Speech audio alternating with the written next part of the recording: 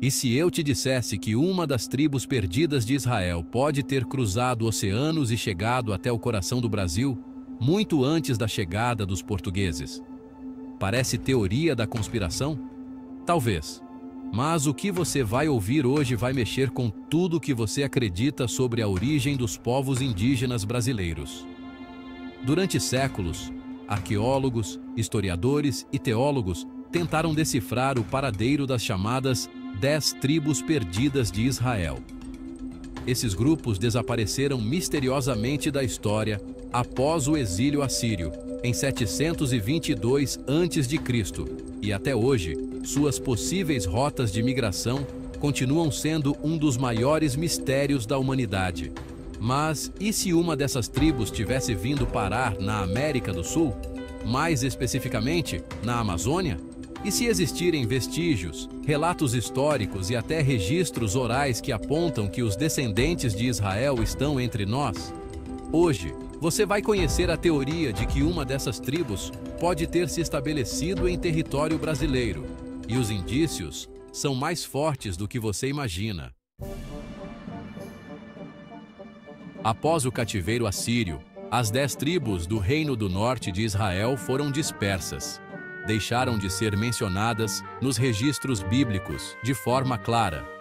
Historiadores, ao longo dos séculos, têm proposto hipóteses de que essas tribos teriam migrado para o Oriente, África, Europa e até para as Américas.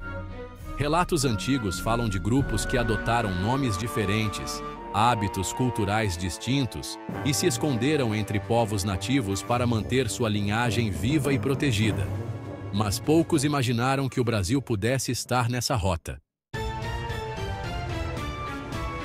Uma das teorias mais intrigantes é a da tribo de Dan, conhecida por seu espírito aventureiro e por habitar as fronteiras de Israel.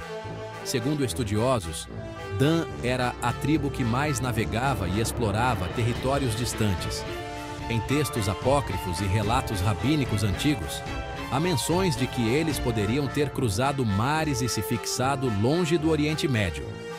No Brasil, tribos indígenas como os Ticuna e os Pataxós possuem elementos em suas culturas que, segundo alguns pesquisadores alternativos, possuem ecos de tradições semitas antigas, como rituais de purificação com água, símbolos semelhantes a menorá e até estruturas linguísticas que lembram o hebraico arcaico.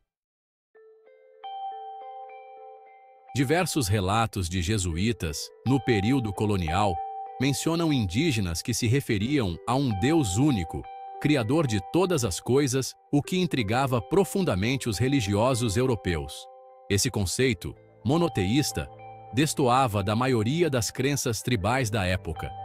Há também registros de aldeias que se recusavam a esculpir imagens ou ídolos, seguindo uma tradição próxima ao segundo mandamento bíblico. Esses comportamentos levantaram suspeitas em alguns missionários, que deixaram escritos mencionando que esses índios podem ser descendentes de um povo antigo e santo. Estudos linguísticos controversos apontam, olha só, semelhanças entre o hebraico antigo e alguns termos do tronco linguístico tupi-guarani. Por exemplo, palavras que indicam divindade e justiça ou fogo possuem fonéticas semelhantes. Embora não sejam provas definitivas, essas coincidências levantam questões sobre contatos antigos entre povos distantes. Já no campo da genética, houve estudos limitados buscando traços do haplogrupo J, típico dos semitas, em populações indígenas brasileiras. E, embora os resultados não sejam conclusivos, algumas tribos apresentam variações genéticas que desafiam a explicação puramente asiática da migração pelo Estreito de Bering. No interior do Rio Grande do Norte, existe uma pequena cidade chamada Monte das Gameleiras, onde, segundo moradores antigos, há relatos passados de geração em geração sobre homens de pele mais clara, barbas longas e livros sagrados que viveram ali por muito tempo antes dos colonizadores.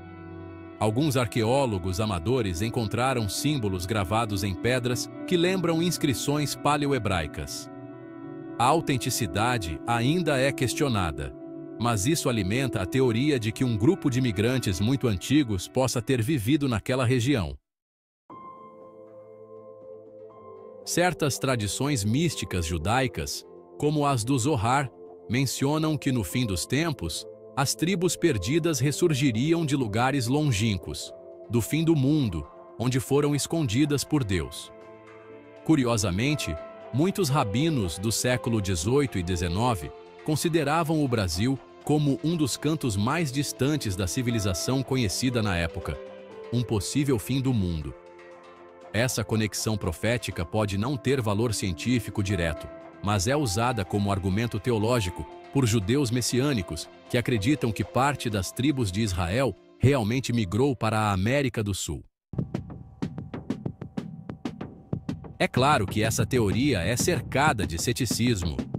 Historiadores tradicionais consideram as evidências fracas ou inconclusivas, apontando para a falta de comprovação arqueológica direta. Para eles, as semelhanças culturais podem ser fruto de coincidência ou evolução paralela de práticas espirituais. No entanto, entre tribos indígenas, há um valor simbólico profundo na ancestralidade espiritual, e muitos líderes indígenas se identificam com a narrativa de serem descendentes de um povo sagrado, guiado por um Deus único. Seja mito ou verdade, a hipótese de que uma tribo de Israel tenha vindo para o Brasil nos mostra o quão complexa é a origem dos povos indígenas. O que podemos afirmar com certeza é que ainda sabemos muito pouco sobre as raízes profundas que conectam os povos do mundo. E você? Acredita que uma tribo bíblica realmente chegou ao Brasil? Ou isso é apenas mais uma lenda entre tantas outras? Comenta aqui embaixo o que você acha, e se quiser mais vídeos como esse, já deixa o like, se inscreve no canal e ativa o sininho para não perder nenhum mistério dos povos antigos. Até o próximo enigma.